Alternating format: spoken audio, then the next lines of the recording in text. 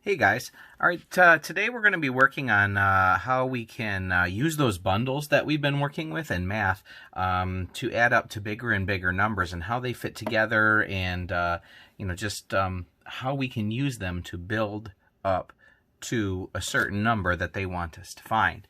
Now, we've done all kinds of work with figuring out, like if we had 3 ones and we needed to figure out how to get to 10. And you can see that I'm using our symbols right here. So 3 plus some number of ones equals 10. Remember, this N with a line through it was our symbol for 10. These little lines right here are always symbols for 1. So 3 plus something equals this 10. And when we look at it as a math problem, it might look something like this. Now, that doesn't look too scary. This is something we've been working on all year long. You know that 3 plus 7 equals 10. But we're going to be showing it to you kind of like this, or using some of our bundle symbols, and you're going to need to be able to figure out what that number is that goes in here. If you can look at this and your brain gives you a picture of this, then you're already most of the way there. And with ones, it's not that tricky. We've already got 3 right here. We know we need to get to 10, and we could just go 3, 4, 5, 6, 7, 8, 9, 10, and we could count these up. There's 1, 2, 3, 4, 5, 6, 7 of them. That shows us the number that's supposed to go in this blank. But they're not just going to stick to ones all the time, guys. They're going to start switching it up to tens and maybe even hundreds. So that means you have to know that this symbol, which we're calling a 10, actually means 10. And if they were to give us 4 of these, even though there are 4 of them, this isn't 4. This is 10 and 10 and 10 and 10, which is 10 plus 10 plus 10 plus 10. And anybody can tell you that that is 10, 20, 30, and 40. So we could say 40. But what if they gave us a problem that looked like this, just these n's, and then they said plus something equals 100? Again, this isn't going to be too tough if you know how to count by tens. You've already got 10, 20, 30, and 40. So we've got 40 plus something equals 100.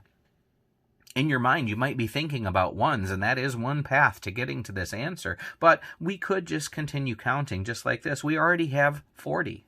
So why don't we go 50, 60, 70, 80, 90, 100.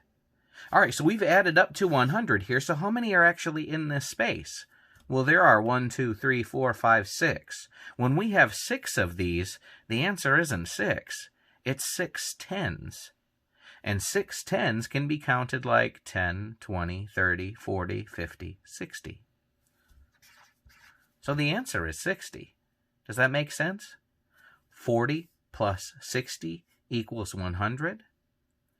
If 4 plus 6 is 10, and we get there by just taking off those zeros, if we put the 0 back on there, 40 plus 60 does indeed equal 100. So let's take a look and see what that's going to look like in some math problems. If I pull this down a little bit, I have a couple of examples for you. Just like what we just did. I see 4 ones plus some ones equals 10. Now I know, in the back of my mind I can hear Jackson Davis too going, it's 6, it's 6. But let's just count to make sure. If we have 4 ones right here, it looks something like this. 1, 2, 3, and 4. There's 4 ones. We need to get up to 10. So if here's 4, then here's 5, 6, 7, 8, 9, 10. How many did I just add? 1, 2, 3, 4, 5, 6. So 4 ones plus 6 ones equals 10, because 4 plus 6 equals 10. So let's try it a little bit differently. Instead of just going to 10, let's go to 12 this time. I've got 6 ones right here. 1, 2, 3, 4, 5, 6. And I've got to get to 12. If that's 6, then here's 7, 8, 9, 10, 11, 12. How many did I just add? 1, 2, 3, 4, 5, 6. That's 6 more ones. So 6 ones plus 6 ones equals 12, and that means 6 plus 6 must equal 12. And that's correct.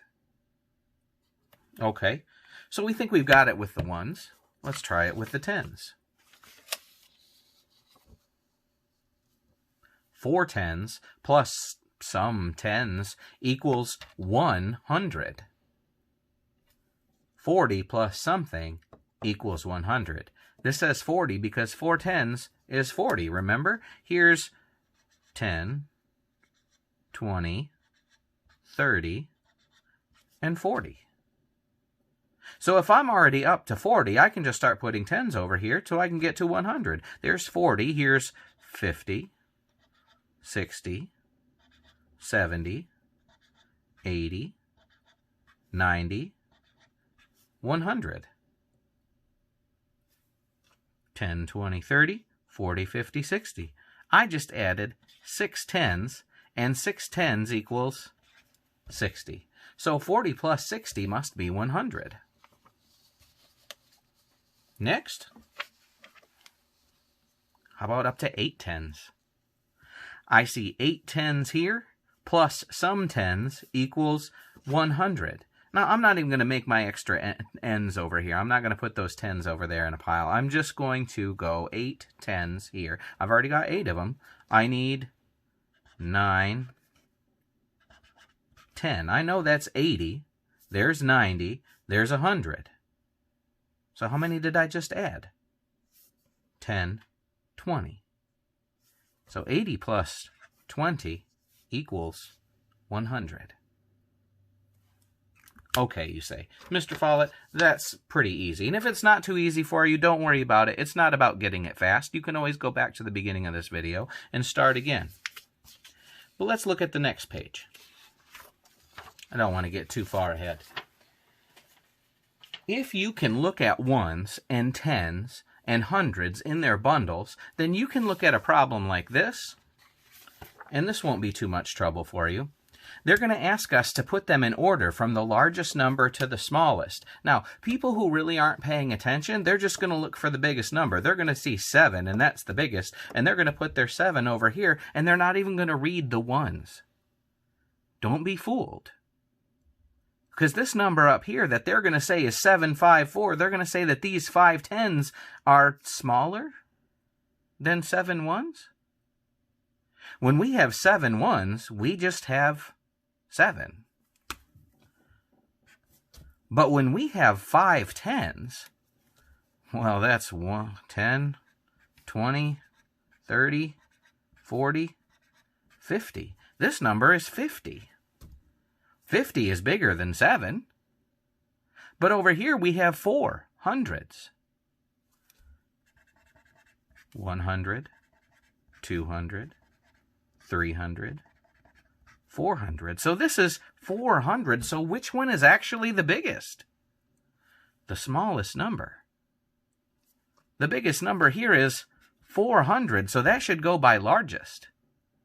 The second largest number is 50. And the smallest number here is the 7. So if you were just looking at these numbers, you might think that the 7 is the biggest, but it's really the smallest because it's only 7 ones. Let's try that again. Here we've got 7 tens, 2 hundreds, and 9 ones. 9 ones is just 9, isn't it? It's just 9. 2 hundreds, well, 2 hundreds is 100 and 200. So that's 200. That's way bigger. How about our tens? We've got 7 of them. 10, 20, 30, 40, 50, 60, 70. There's 70 there in 7 tens. So which one is the biggest? The 200 is the biggest, followed by the 70, and last, the 9. Okay, so that's how we can put those in order, and we won't be fooled by which number is the biggest over here. We're going to look at tens, hundreds, and ones to decide which number is the actual biggest. Don't be fooled. Okay. A third thing that they're going to ask us to do is right here. So we've got a bunch of bundled numbers here. These are our hundreds, these are our tens, and these are our ones. You know what? I'm getting tired of this black marker. I want a little bit more color here. I'm going to switch over to this one. All right. So how many hundreds do we have here?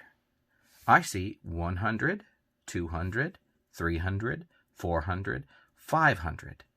There are 1, 2, 3, 4, 5 bundles of 100 each. That's 500. Over here, I've got my tens. This is 1, 2, 3 tens. That could be counted as 10, 20, and 30. Finally, we have our ones. And I only see 1, 2, 3 ones. So 500, 30, and 3. And they're asking us for a total. What is the total when we add all of these numbers together? Well, I can tell you that this is one of my favorite, one of the easiest things to do. All we have to do is say these three numbers in order. 533. 533. See, this is one of those times where math, everything fits together like a puzzle. I just love that. It makes everything feel all happy. I don't know. All right. The last thing I want to talk to you about today is story problems. And I know most of the battle in doing a story problem is being able to read these words. So take your time, read it carefully, and make sure you understand what they're asking you. This problem says, Tony has 100 Skittles. Ben has 70 Skittles. Ben wants to have the same number of Skittles as Tony. How many more Skittles does Ben need?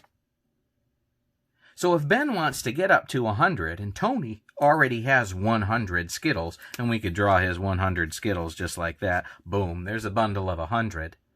But Ben only has 70. So if we wanted to show 70 Skittles, we could sit over here and we could make 70 lines, but that's a huge pain and it takes a long time. So let's do it as bundles of 10. All right, so he's got 10, 20, 30, 40, 50, 60, 70. He's got 70.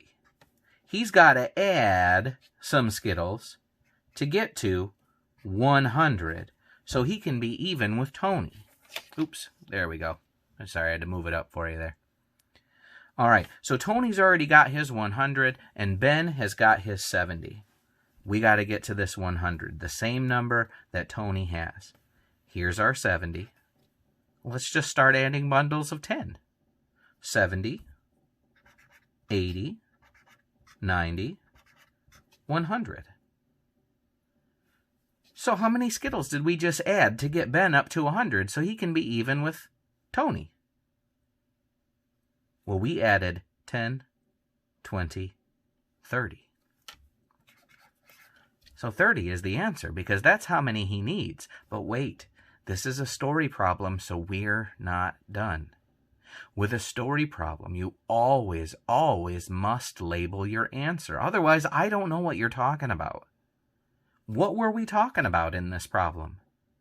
Were we talking about airplanes? Were we talking about boogers? Were we talking about, I don't know, Jacks? Cheerios?